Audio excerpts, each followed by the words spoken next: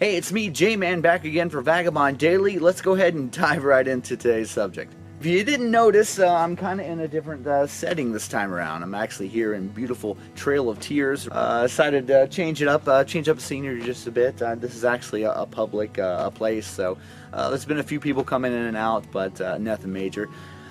It's humid today. Why I'm wearing long sleeves, I do not know. Missouri weather is horrible right now. Speaking of horrible weather, as you can see, major overcast. It's been kind of raining on and off here today. The weather actually represents a good state of mind that I'm in. Today I want to talk about none other than Chester from Linkin Park. And it's been all over the news. Chester unfortunately left us last week. It's just sad. It's very sad to hear. To be honest, I am not like the biggest fan, like the hugest, most best ever fan of Linkin Park. I do like Linkin Park. They are an amazing group, and it's very sad and shocking to hear of his death. But I am a fan nonetheless. I do listen to all of their music. My favorite album of them was the remix of Hybrid Theory. It was actually called, hang on, let me check this out. I have it on my phone. Reanimation.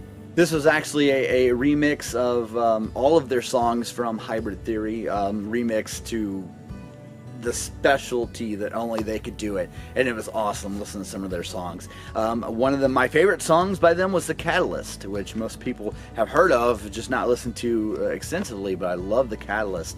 But man, I'll tell you, the death of Chester really hit home. Sad, it really is, that this has happened. You know, there's not many times that, you hear of a celebrity death and you're like, but if you're not a big fan of them, you don't care as much. But with Chester, actually, it kind of hit home. It kind of reminded me of the Robin Williams death back in 2014. I was actually working in radio at the time and had to announce his death on air, and man, it just killed me because Robin Williams is one of my heroes, and it was very sad to see that, and it's very sad to say it over the air and tell a lot of people, thousands, 100,000 people, that Robin Williams had passed away. And with Chester's death, it's very much the same. It kind of hit home for me, and I've always wondered this, and I've had talks with different people about this. There was something about Linkin Park's music that I loved, and I couldn't pinpoint what it was. Was it the combination of Chester singing with Mike's rapping? I mean, that was great, but it wasn't it, and it wasn't the guitar. It couldn't be defined. And now I finally figured out with Chester's death. I did not know that he had a lot of problems in his life. I didn't realize this, and he broadcast them out through his music and through his singing. A lot of dark times he was in, and dark places, and I get it now. I always said Linkin Park had a very dark undertone that I liked to it, and I thought that was it. It was just dark undertones that I couldn't find anywhere else. I couldn't find anywhere except Linkin Park. Well, now I know, because Chester actually did that. I mean, he bared his soul and put it into his music and made those dark undertones. Along with everything that Linkin Park did, they created this.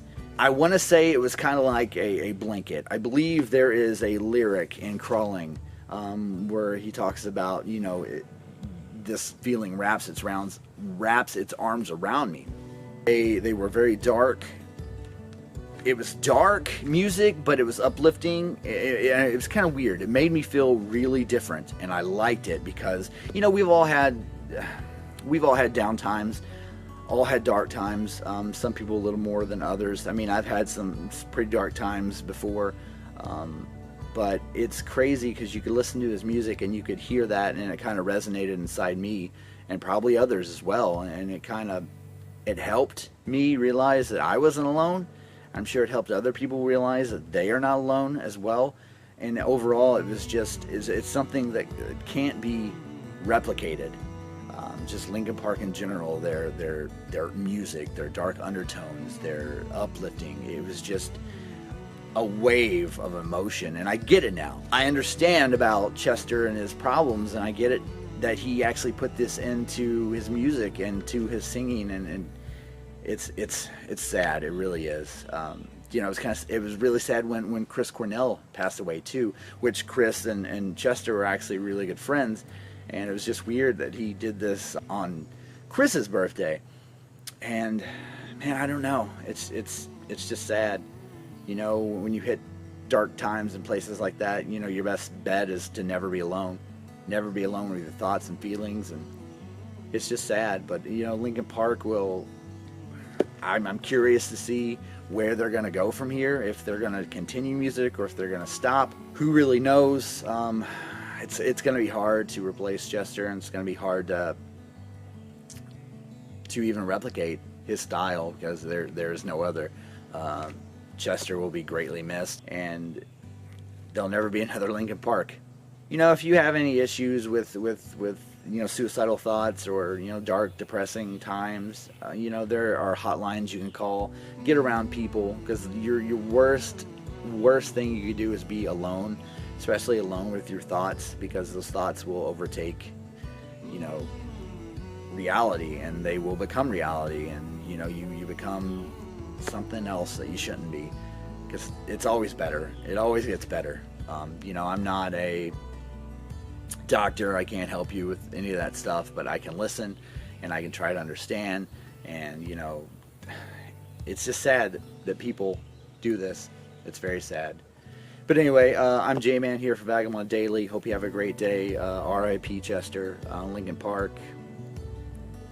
It's just sad. So, all right, I'm done.